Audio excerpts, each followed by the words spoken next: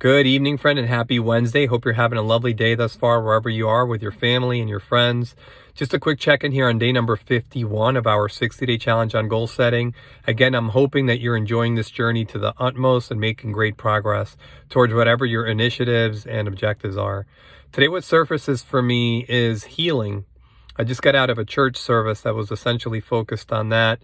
It's called Blue Christmas because all of us aren't exactly feeling joyful and very merryful during the holiday season, as much as we would love for that to be the truth for everyone. Not everybody feels that way around the season. Some folks have dealt with a tremendous loss of a loved one, of a job, of a marriage, just really loving relationships that maybe have come and gone. And this season, if it does anything, it just reminds them of the loss. And going into there, I hadn't necessarily connected with my grief around the loss of my dad just a few years back. But while I was there, he's the one that came to mind. And essentially the crux of the message that was given during service is something that I definitely have been introduced to, but it keeps on coming back with emotional unpacking, which is this whole aspect that we need to be vulnerable. We need to be authentic to our feelings. I loved that framework that was used during the service, which was talking about authenticity to ourselves in vulnerability, and how a lot of times for us men, and if there are many or any men seeing this right now, we aren't necessarily going with cultural norms in allowing ourselves to be vulnerable and sensitive towards our feelings, because we're taught to emotionally block, and that's sort of a sign of manliness.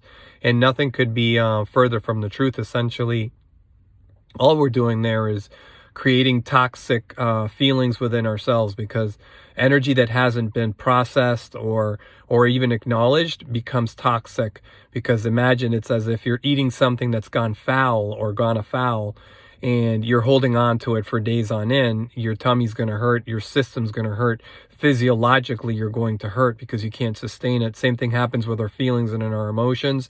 I know for one, when my father passed away, the context of our relationship over the last 10 years was very deteriorated, and I wasn't there at hospice when he was passing away, and that haunted me, even though I didn't really emote it.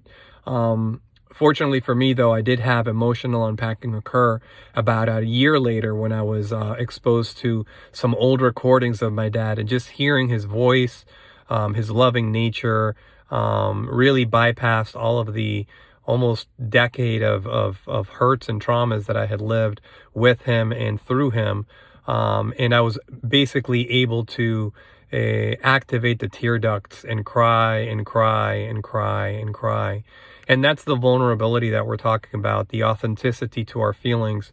Because as I've talked about before, we were given tear ducts for a reason, but oftentimes we need to compartmentalize and not tune into our feelings. And that's the last thing that we want to do when we're caught in these moments of grief. And grief, again, is pretty broad. It's not necessarily just losing physically a loved one. It's losing a marriage, losing a 15, 20, 35-year marriage. It's losing maybe a prior job or a way in which you identified in the world. I've grieved all of these things and have actively been grieving, I think, even in this respect, changing vocation, changing livelihood, changing circles of friends, so many changes. And there's a certain element of grief that comes with that. And you know what? If you feel sad, if you feel nervous, if you feel frustrated, if you feel angry, all of that is valid, and allowing our feelings to be valid is so incredibly powerful. So yeah, this service right now, I was definitely up in my feels. I cried, I emoted, I thanked my God for holding my dad wherever he may be right now, that he may be in a mantle of nothing but loving light. And I asked for forgiveness for anything that I had possibly done to him.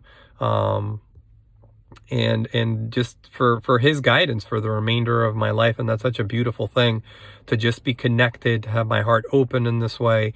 And sometimes today, I'll be completely honest, it's not like I've had a tremendously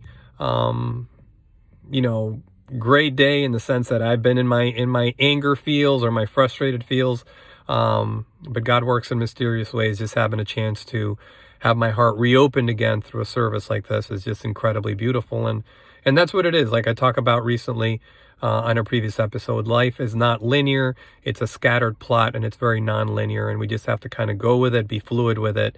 And a really great palpable way to do that is to be open with our hearts. Again, sorry for this lengthy one here. Peace and love, everybody. Wishing you nothing skies, and keep on going. 2023 will be awesome.